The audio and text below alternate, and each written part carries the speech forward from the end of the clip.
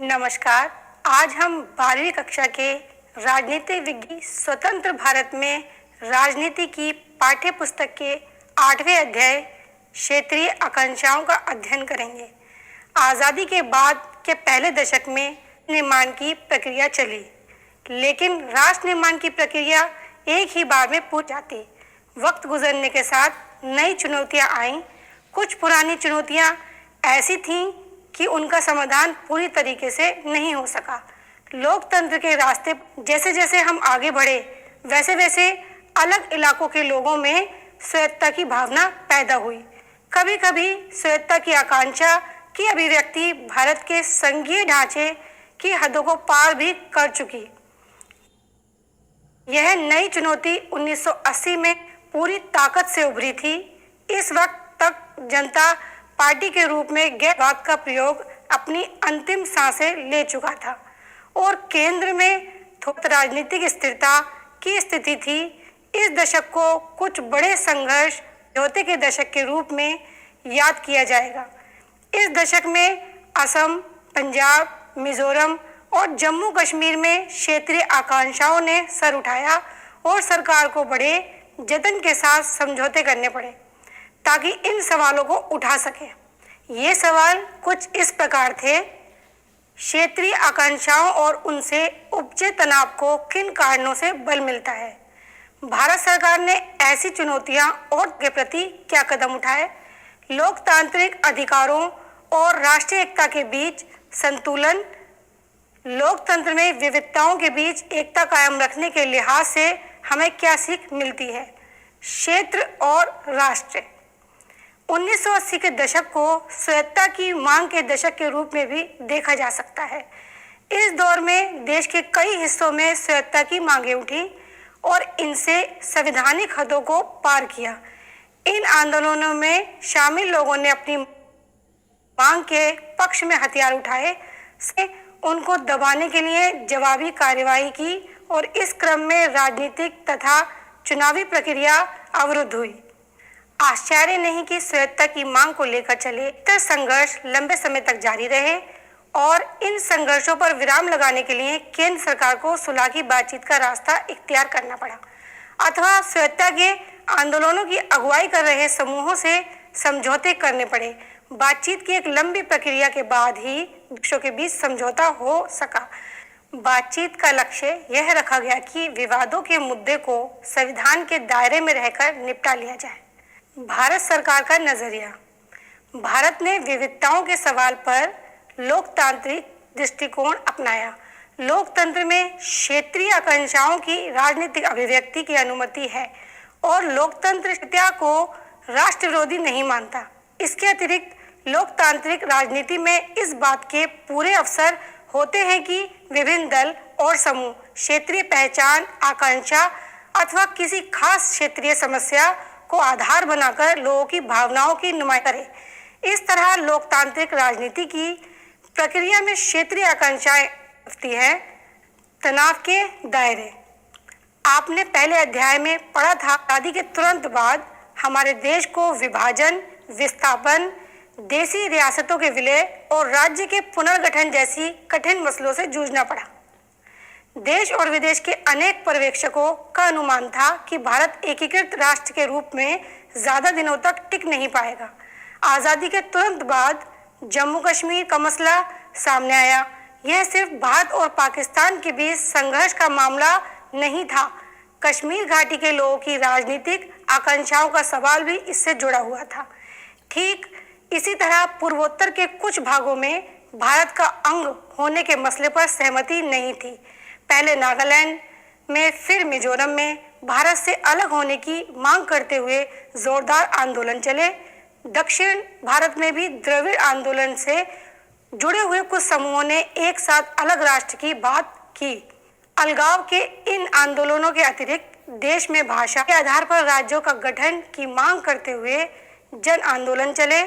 मौजूदा आंध्र प्रदेश, कर्नाटक, महाराष्ट्र और गुजरात ऐसे ही आंदोलनों वाले राज्य हैं। दक्षिण भारत के कुछ हिस्सों, खास कर तमिलनाडु में हिंदी भाषा बनाने के खिलाफ विरोध आंदोलन चला। 1950 के दशक के उत्तरार्ध से पंजाबी भाषी लोगों ने अपने लिए एक अलग राज्य बनाने की उठानी शुरू कर दी। उनकी मांग को आखिरकार मान ली गई और 1966 में पंजाब और हरियाणा नाम से राज्य बनाए गए। बाद में छत्तीसगढ़, उत्तराखंड और झारखंड का गठन हुआ। कहा जा सकता है कि विविधताओं की चुनौती से निपटने के लिए देश की अंदरूनी सीमा रेखाओं का पुनर्निर्धारण किया गया। जम्मू और कश्मीर 3 सामाजिक और राजनीतिक क्षेत्रों जम्मू, कश्मीर और लद्दाख से बना हुआ है। जम्मू कश्मीर में छोटी पहाड़ियाँ और मैदानी भाग है। इसमें मुख्य रूप से हिंदू रहते हैं। मुसलमान, सिख और अन्य मतों के लोग भी यहाँ रहते हैं। कश्मीर में मुख्य रूप से कश्मीर घाटी है। यहाँ रहने वाले अधिकांश कश्मीरी मुसलमान हैं और शेष हिंदू, सिख, बौद्ध तथा अन्य हैं। विविधता की चुनौती से निपटने के लिए देश की अंदरूनी सीमा रेखाओं का पुनर्निर्धारण किया गया। लद्दाख मुख्य रूप से पहाड़ी क्षेत्र है। इसकी जनसंख्या बहुत कम है, जिसमें लगभग बराबर संख्या में बौद्ध और मुसलमान हैं। समस्या की जड़ें 1947 से पहले जम्मू और कश्मीर एक राजसी रियासत थी। इसके शासक महाराजा हरि सिंह भारत या पाकिस्तान में शामिल होना नहीं चाहते थे, बल्कि अपनी रियासत के लिए स्वतंत्र दर्जा चाहते थे। पाकिस्तानी नेताओं ने यह सोचा कि कश्मीर क्षेत्र पाकिस्तान का हिस्सा है, क्योंकि रियासत का अधिकांश आबादी मुसलमान थी। परंतु उस रियासत के लोगों ने इस तरह नहीं देखा। उन्होंने सोचा कि सबसे पहले ये कश्मीरी हैं। क्षेत्रीय अभिलाषा का ये मुद्दा कश्मीरियत कहलाता है। राज्य में नेशनल कॉन्फ्रेंस के शेख अब्दुल्ला के नेतृत्व में चलाया गया लोकप्रिय आंदोलन महाराजा से छुटकारा पाना चाहता था, साथ ही पाकिस्तान में शामिल होने के विरुद्ध था। नेशनल कांग्रेस एक धर्मनिरपेक्ष संगठन था और इसका कांग्रेस के साथ लंबे समय से संबंध था। शेख अब्दुल्ला नेहरू सहित कुछ राष्ट्रवादी नेताओं के व्यक्तिगत मित्र थे। अक्टूबर 1947 में पाकिस्तान ने कश्मीर पर कब्जा करने के लिए अपनी तरफ से कबायली घुसपैठिए भेजे। इसने महाराजा को भारतीय सैनिक सहायता के लिए किए। भारत ने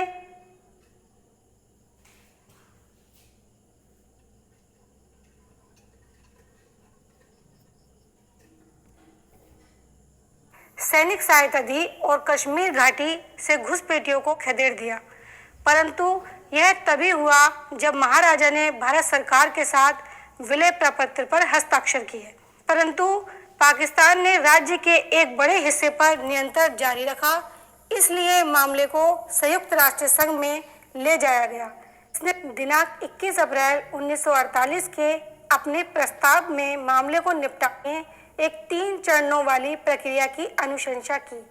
पहला, पाकिस्तान को अपने वे सारे नागरिक वापस बुलाने थे जो कश्मीर में घुस गए थे। दूसरा, भारत धीरे धीरे अपने फौज कम करनी थी ताकि कानून व्यवस्था बनी रहे। तीसरा, तंत्र और निष्पक्ष तरीके से जनमत संग्रह कराया जाना था। परंतु इस प्रस्ताव के अंतर्गत कोई भी प्रगति न हो सकी। इस बीच मार्च 1948 में शेख अब्दुल्ला जम्मू और कश्मीर के प्रधानमंत्री बन गए, जबकि भारत अनुच्छेद 370 के अंतर्गत उसे अस्थायी सत्ता देने के लिए सहमत हो गया। बाहरी और आंतरिक झगड़े। जम्मू और कश्मीर की राजनीति बाहरी और आंतरिक दोनों कारणों से विवादास्पद और द्वंद्वपूर्ण बनी रही। बाहर से पाकिस्तान ने दावा किया कि कश्मीर घाटी पाकिस्तान का हिस्सा होना चाहिए। पाकिस्तान ने 1947 में राज्य में कबायली हमला करवाया, जिसके परिणाम स्वरूप राज्य का एक हिस्सा पाकिस्तानी नियंत्रण में चला गया। भारत दावा करता है कि इस क्षेत्र पर गैरकानूनी कब्जा किया गया है। पाकिस्तान इस क्षेत्र को आज़ाद कश्मीर कहता है। 1947 से कश्मीर का मामला भारत और पाकिस्तान के बीच द्वंद्व का प्रमुख मुद्दा बना रहा। जम्मू और कश्मीर के बाहर लोगों का एक वर्ग है जो विश्वास करता है कि अनुच्छेद 370 द्वारा प्रदत्त राज्य का विशेष दर्जा राज्य को भारत से पूर्ण रूप से एकीकृत नहीं होने देता है। इस वर्ग को लगा कि अनुच्छेद 370 को रद्द कर देना चाहिए और जम्मू और कश्मीर को भारत के किसी भी अन्य राज्य की तरह माना जाना चाहिए। दूसरा वर्ग अधिकांश कश्मीरियों का मानना है कि अनुच्छेद 370 द्वारा प्रदत्त स्वेच्छा पर्याप्त नहीं। तीसरा, यह अनुभव किया गया है कि जिस प्रकार का लोकतंत्र शेष भारत में है वैसा जम्मू कश्मीर में लागू नहीं किया गया है। 1948 से राजनीति। प्रधानमंत्री बनने के बाद शेख अब्दुल्ला ने भूमि सुधार और अन्य नीतियां शुरू की जिनसे सामान्य जन को लाभ पहुंचा, परंतु कश्मीर के दर्जे पर उनकी स्थिति के विषय में उनके और केंद्र के बीच में मतभेद बढ़ता गया। उन्हें 1953 में पद से हटा दिया गया और कई वर्षों तक कैद में रखा गया। उनके बाद आए नेतृत्व को इतना लोकप्रिय समर्थन नहीं मिला और यह राज्य में शासन नहीं चला पाए, जिसका मुख्य कारण केंद्र का समर्थन था। विभिन्न चुनावों में अनाचार और हेरफेर संबंधी गंभीर आरोप लगाए गए। 1953 और 1974 के बीच की अवधि में कांग्रेस पार्टी ने राज्य की नीतियों पर प्रभाव डाला। नेशनल कॉन्फ्रेंस शेख अब्दुल्ला रहित एक घड़ा कांग्रेस के सक्रिय समर्थन के साथ कुछ समय तक सत्ता में रहा, परंतु बाद में यह कांग्रेस में मिल गया। इस प्रकार कांग्रेस को राज्य पर सीधा नियंत्रण प्राप्त हुआ और परिवर्तन किए गए। इसी बीच शेख अब्दुल्ला और भारत सरकार के मध्य समझौते पर पहुंचने के लिए कई प्रयास हुए। 1965 में जम्मू और कश्मीर के संविधान के प्रावधान में एक परिवर्तन किया गया, जिसके अंतर्गत राज्य के प्रधानमंत्री का पदनाम बदलकर मुख्यमंत्री कर दिया गया। इसके अनुसार भारतीय राष्ट्रीय कांग्रेस के गुलाम मोहम्मद सादिक राज्य के पहले मुख्यमंत्री बने। 1974 में इंदिरा गांधी का शेख अब्दुल्ला के साथ एक समझौता हुआ और वे राज्य के मुख्यमंत्री बन गए। उन्होंने नेशनल कॉन्फ्रेंस को पुनर्जीवित किया, जिसने 1977 के विधानसभा चुनाव में बहुमत से जीत हासिल की। शेख अब्दुल्ला का 1982 में निधन हो गया और नेशनल कॉन्फ्रेंस का नेतृत्व उनके पुत्र फारूक अब्दुल्ला के पास चला गया, जो मुख्यमंत्री बने, परंतु जल्द ही उन्हें राज्यपाल द्वारा पद से हटा दिया गया और नेशनल कॉन्फ्रेंस से अलग हुआ एक गुट एक अल्पावधि के लिए सत्ता में आया।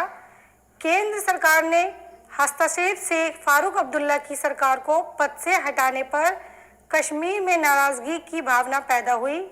इंदिरा गांधी और शेख अब्दुल्ला में हुए समझौते के बाद कश्मीरियों में लोकतांत्रिक प्रक्रिया के प्रति जो विश्वास उत्पन्न हुआ था उसे धक्का लगा। यह भावना कि केंद्र राज्य की राजनीति में हस्तक्षेप कर रहा है। शेख मोहम्मद अब्दुल्ला। शेख मोहम्मद अब्दुल्ला 1905 से 1982 तक जम्मू और कश्मीर के नेता थे। जम्मू कश्मीर की स्वायत्तता एवं धर्मनिरपेक्षता के समर्थक थे। राजशाही के खिलाफ जन आंदोलन का नेतृत्व किया। धर्मनिरपेक्षता के आधार पर पाकिस्तान का विरोध किया। नेशनल कॉन्फ्रेंस के नेता थे। भारत में विलय के बाद जम्मू कश्मीर के प्रधानमंत्री बने। भारत सरकार द्वारा बर्खास्तगी और 1953 से 1964 तक कारावास में रहे और 1965 से 1968 तक दोबारा कारावास में रहे। 1974 में इंदिरा गांधी के साथ समझौता किया। सशस्त्र विद्रोह और उसके बाद यह वो वातावरण था जिसमें 1987 के विधानसभा चुनाव संपन्न हुए। सरकारी परिणामों ने नेशनल कॉन्फ्रेंस कांग्रेस गठबंधन की भारी जीत दर्शाई और फारूक अब्दुल्ला मुख्यमंत्री के रूप में वापस लौटे, परंतु यह व्यापक रूप से माना जा रहा था कि परिणामों में लोकप्रिय चयन की झलक नहीं है और संपूर्ण चुनाव प्रक्रिया में गड़बड़ी हुई थी। 1980 के दशक के आरंभ से ही राज्य में अकुशल प्रशासन के विरुद्ध एक व्यापक नाराजगी चल रही थी। यह नाराजगी और अधिक बढ़ गई क्योंकि सामान्य रूप से विद्वान भावना यह थी कि केंद्र के आदेश पर राज्य द्वारा लोकतांत्रिक प्रक्रियाएं कमजोर की जा रही हैं। इससे कश्मीर में राजनीतिक संकट उत्पन्न हुआ जो उग्रवाद के उठने से गहरा गया। 1989 तक राज्य एक पृथक कश्मीरी राष्ट्र बनने को लेकर एक उग्रवादी आंदोलन के कब्जे में आ गया। इन विद्रोहियों को पाकिस्तान से नैतिक, आर्थिक और फौजी समर्थन मिला। कई वर्षों तक राज्य राष्ट्रपति शासन और प्रभावी रूप से सशस्त्र सेनाओं के नियंत्रण में रहा। 1990 से पूरा समय जम्मू कश्मीर ने विद्रोहियों के हाथों और सेना की कार्रवाई से असाधारण हिंसा को झेला। राज्य में 1996 में ही जाकर विधानसभा चुनाव हुए, जिसमें फारूक अब्दुल्ला के नेतृत्व वाली नेशनल कॉन्फ्रेंस जम्मू और कश्मीर के लिए क्षेत्रीय स्वायत्तता की मांग के साथ सत्ता में आई। अवधि के अंत में 2002 में जम्मू और कश्मीर राज्य में चुनाव हुए। नेशनल कॉन्फ्रेंस बहुमत प्राप्त करने में विफल रही और उनके स्थान पर पीपल्स डेमोक्रेटिक पार्टी और कांग्रेस की मिलीजुली सरकार आ गई। द्रविड़ आंदोलन। उत्तर हर दिन बढ़ता जाए, दक्षिण दिन दिन घटता जाए। यह द्रविड़ आंदोलन के एक बेहद लोकप्रिय नारे का हिंदी रूपांतरण है। यह आंदोलन भारत के क्षेत्रीय आंदोलनों में सबसे ताकतवर आंदोलन था। भारतीय राजनीति में यह आंदोलन क्षेत्रीयतावाद भावनाओं की सर्वप्रथम और सबसे प्रबल अभिव्यक्ति थी। हालांकि आंदोलन के नेतृवर्ग के एक हिस्से की आकांक्षा एक स्वतंत्र द्रविड़ राष्ट्र बनाने की थी, पर आंदोलन ने कभी सशस्त्र संघर्ष की राह नहीं अपनाई। नेतृत्व ने अपनी मांग आगे बढ़ाने के लिए सार्वजनिक बहसों और चुनावी मंच का ही इस्तेमाल किया। द्रविड़ आंदोलन की बागडोर तमिल समाज सुधारक ईवी रामास्वामी नायकर पेरियर के हाथों में थी। इस आंदोलन ने एक राजनीतिक संगठन द्रविड़ कड़गम का सूत्रपात हुआ। यह संगठन ब्राह्मणों के वर्चस्व का विरोध करता था तथा उत्तरी भारत के राजनीतिक, आर्थिक और सांस्कृतिक प्रभुत्व को नकारते हुए क्षेत्रीय गौरव की प्रतिष्ठा पर जोर देता था।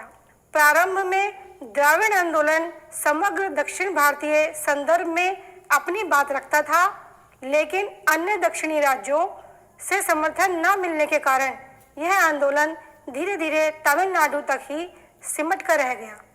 बाद में द्रविड़ कड़गम दो धड़ों में बंट गया और आंदोलन की समूची राजनीतिक विरासत द्रविड़ मुन्नेत्र कड़गम के पाले में केंद्रित हो गई। 1953-54 के दौरान डीएमके ने 3 सूत्री आंदोलन के साथ राजनीति में कदम रखा। आंदोलन की 3 मांगे थीं। पहली, कल्लाकुड़ी नामक रेलवे स्टेशन का नाम डालमियापुरम निरस्त कर दिया जाए और स्टेशन का मूल नाम बहाल किया जाए। संगठन की यह मांग उत्तर भारतीय आर्थिक प्रतीकों के प्रति उनके विरोध को प्रकट करती थी। दूसरी मांग इस बात को लेकर थी कि स्कूली पाठ्यक्रम में तमिल संस्कृति के इतिहास को ज़्यादा महत्व दिया जाए। तीसरी मांग राज्य सरकार के शिल्प कर्म शिक्षा कार्यक्रम को लेकर थी।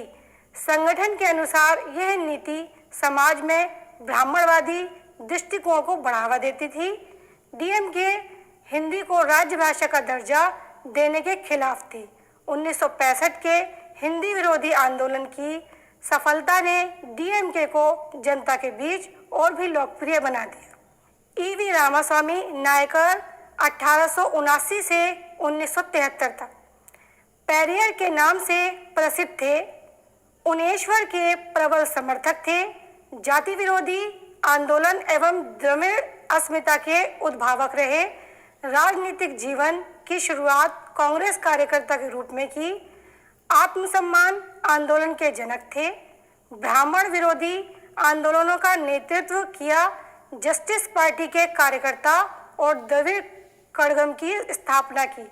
हिंदी और उत्तर भारतीय वर्चस्व का विरोध किया। पंजाब 1980 के दशक में पंजाब में भी बड़े बदलाव आए। इस प्रांत की सामाजिक बनावट विभाजन के समय पहली बार बदली थी। बाद में इसके कुछ हिस्सों से हरियाणा और हिमाचल प्रदेश नामक राज्य बनाए गए। इससे भी पंजाब की सामाजिक संरचना बदली। हालांकि 1950 के दशक में देश के शेष हिस्सों को भाषाई आधार पर पुनर्गठित किया जा रहा था।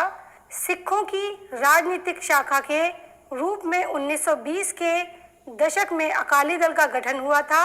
अकाली दल ने पंजाबी सूबा के गठन का आंदोलन चलाया।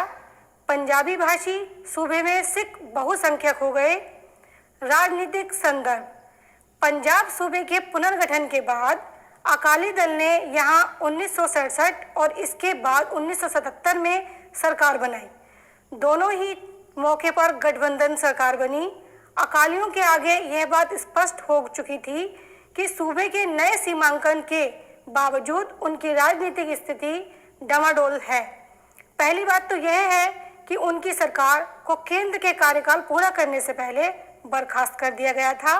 दूसरी, अकाली दल को पंजाब के हिंदुओं के बीच कुछ खास समर्थन हासिल नहीं था। तीसरे, सिख समुदाय भी दूसरे धार्मिक समुदायों की तरह जाति और वर्ग के धरातल पर बटा हुआ था।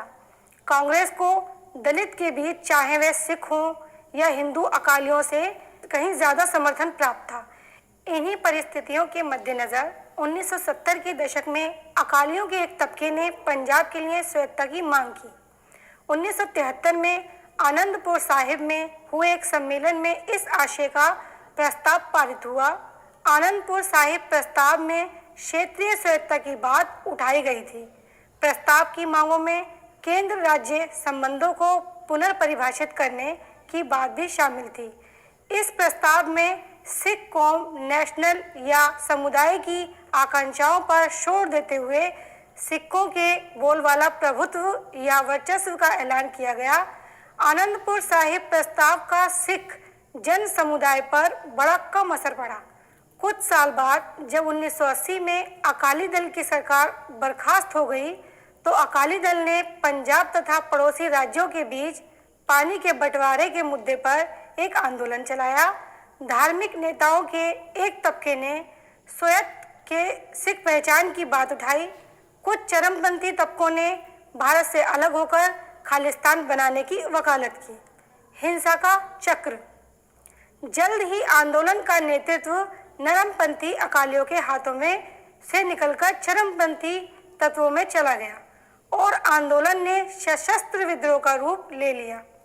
उग्रवादियों ने अमृतसर स्थित सिखों के तीर्थ स्वर्ण मंदिर में अपना मुख्यालय बनाया और स्वर्ण मंदिर एक हथियारबंद किले में तब्दील हो गया।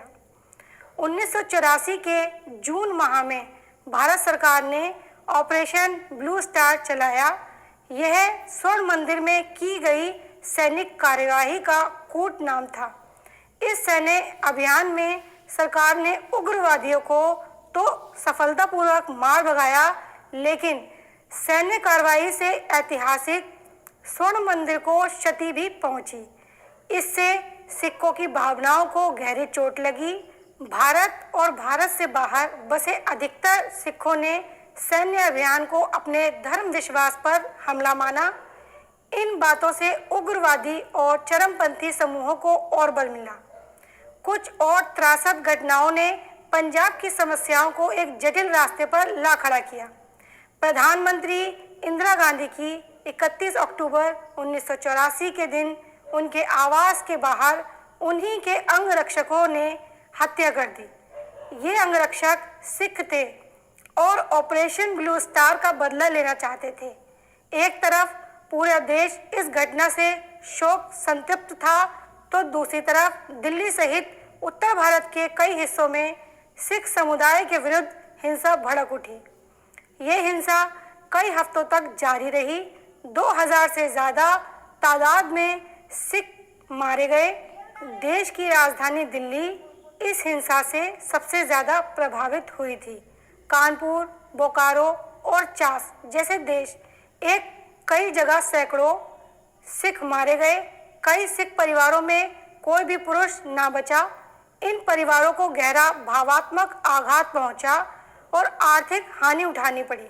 सिखों को सबसे ज़्यादा दुख इस बात का था कि सरकार ने स्थिति को सामान्य करने के लिए बड़ी देर से कदम उठाए। साथ ही हिंसा करने वालों को कारगर की तरीके से दंड भी नहीं दिया गया।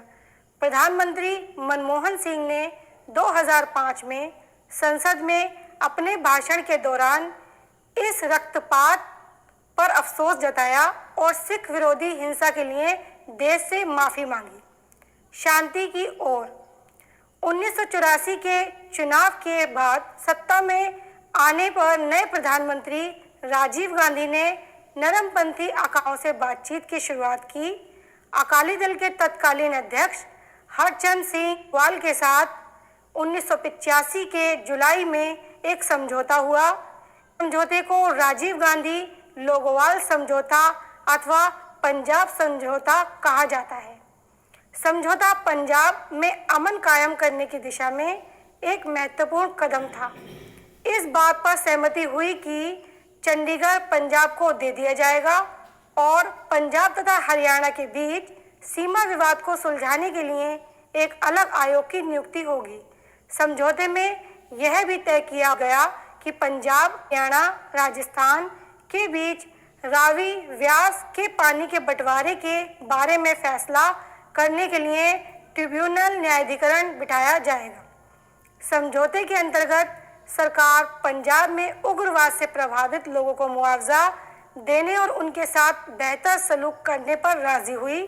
साथ ही पंजाब से विशेष सुरक्षा बल अधिनियम को वापस लेने की बात पर भी सहमति हुई।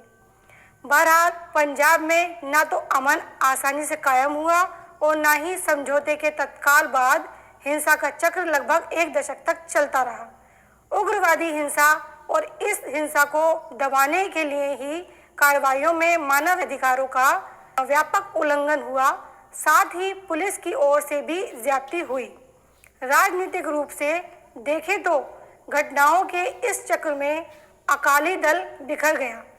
केंद्र सरकार को राज्य में राष्ट्रपति शासन लागू करना पड़ा।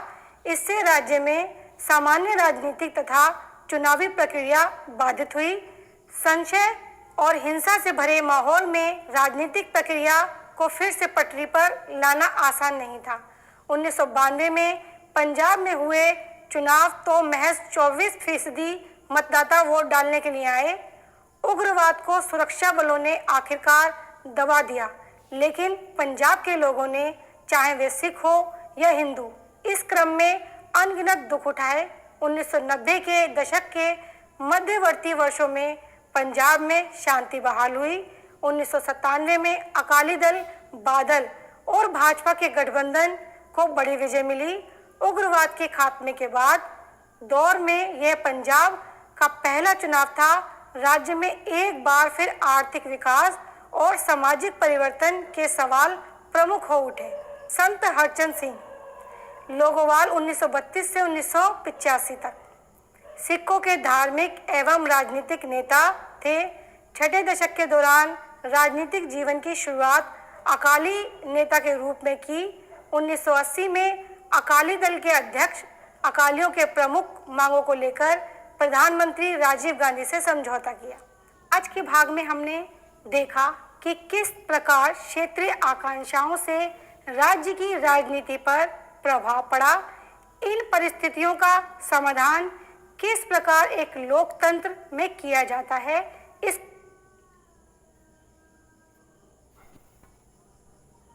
पर भी हमने चर्चा की। अगले भाग हम फिर कुछ नए क्षेत्रीय आकांक्षाओं के बारे में पढ़ेंगे। तब तक के लिए आपसे विदा लेते हैं।